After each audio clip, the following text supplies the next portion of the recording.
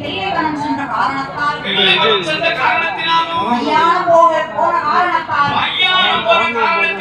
சுத்தமிழ மறந்த காரணத்தால் இனிமேல் இந்த கைலாசத்தில் இருக்கக்கூடாது. மகனே, நீ பூலோகம் தான் போக வேண்டும். பூலோகம் போக வேண்டும் என்றால் எனக்கு எக்கச்சக்கமான பலிகளை உங்களால் கொடுக்க முடியும் என்று சொன்ன உடனே உனக்கு என்ன வேணும் என்பதை கேள், இப்பவே தருகிறேன் என்று சொன்ன போது